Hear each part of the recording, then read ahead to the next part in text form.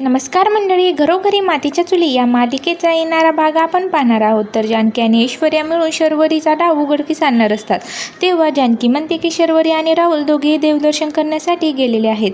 ते काही लवकर परत येणार नाहीत, तर हीच योग्य वेळ आहे पुरावा शोधण्यासाठी. तेव्हा ऐश्वर्या आणि जानकी दोघी मिळून आता शर्वरीच्या रूमची झडती घेतात. तेव्हा ऐश्वर्या एक कपाटावर असणारी बॅग पाहायला जाते. तेव्हा तिच्या हाताला विक्रांतचा फोन लागतो. तेव्हा दोघींनाही आता खूप मोठा धक्का बसतो.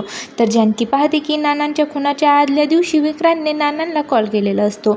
आता दोघांनाही खरं काय ते कळत नाही. तेव्हा जानकी जे समोर पाहते तिला शॉकच बसतो.